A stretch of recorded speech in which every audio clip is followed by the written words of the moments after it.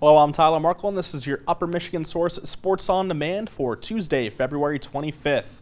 In girls high school basketball tonight, the number 5 ranked Negaunee Miners on the road, taking on the Marquette Redettes.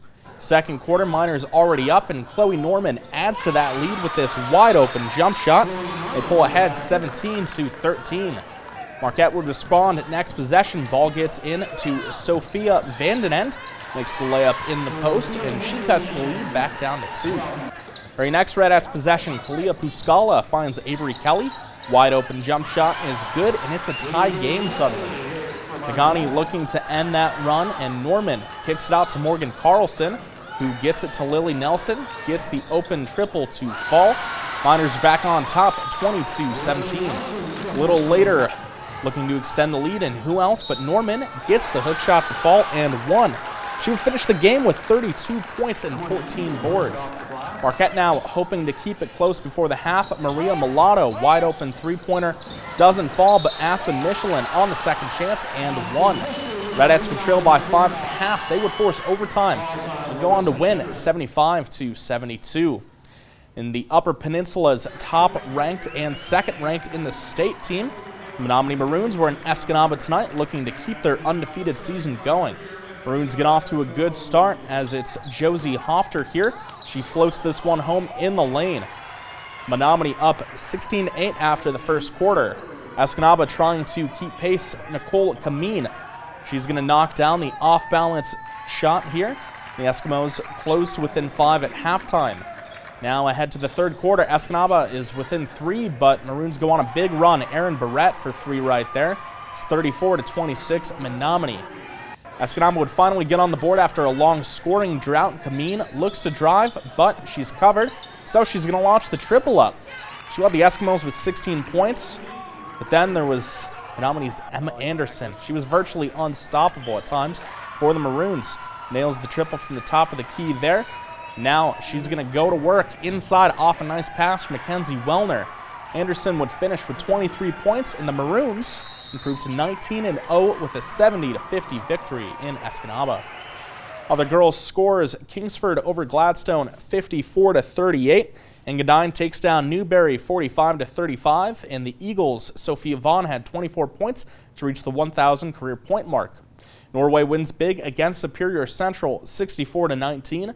Norway's Mackenzie Clifford had 23. Waters meet with the close win over Wakefield 48-40. Westwood beats West Iron County 59-38. Manistee over Ishpeming 37-31. Model Towners beat the Mountaineers 51-36, and the Purple Hornets take down the Speed Girls 69-20. Over on the boys' side, Escanaba wins in Gwin 79-46. Park River also picking up a road win at Manistee 54-34. Medicine beats North Central 69-40, and they would win the Skyline Central UP Conference. Republic with a close win over North Dickinson 49-42. Uintraw Creek over Waters meet 61-40. Lawrence beats Ontonagon 58-44, and Jeffers gets the win against Hancock 76-35. Chassell overcomes an 18-point halftime deficit to win 72-63 behind 30 points from Colin Rattiola. And the Gremlins would beat the Lakes 68-60. The WCHA regular season comes to a close this weekend, and like always, the best series has been saved for last. NMU and Michigan Tech face off in a home-and-home series Friday and Saturday. When they last played back in November, the Huskies took both games by a score of 3-2. Since then, the teams have gone on to have 2 very different paths. For most of the new year, NMU has been on a tear. But the last 2 weeks, they've lost 5 of 6 as they struggled to keep the puck out of their own net. Tech, meanwhile, had a slow start to 2020, but are back in the thick of the home ice conversation after stringing together some solid wins. And when you consider this rivalry, however, other games don't matter. No matter how good a season has been for either team, the Huskies and Wildcats will always play each other strong. It's the same 2 teams. We haven't changed much. They haven't changed much. It's yes, do special teams change? Yeah. Do we have injuries that we didn't have then? Yes. But fundamentally and systematically, it's the same 2 teams. It's going to be Obviously, which team's going to be able to execute, because I would have to believe that both teams will compete very hard in a rivalry type game. Then which team's going to be able to make a few more plays than the other team, and who can finish.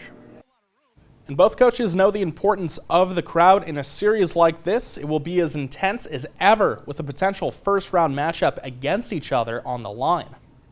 The teams feed off of the support in any sport between these two teams. It's big in every sport, and when it's big for the community, when you get that energy from the community, from the people at the game, you know, it filters right in through the room. The guys like to play in an enthusiastic environment, and that's what it provides. You know, we're looking at potentially playing these guys 4 to 5 straight games, and I'm looking forward to that, because that you know, that improves the hockey team. Over that amount of time, the team that comes out with the best record will be the best team. Puck drop at the Barrie Event Center on Friday is set for 7:07 p.m. They'll play again Saturday night in the McInnes Student Ice Arena at 6:07.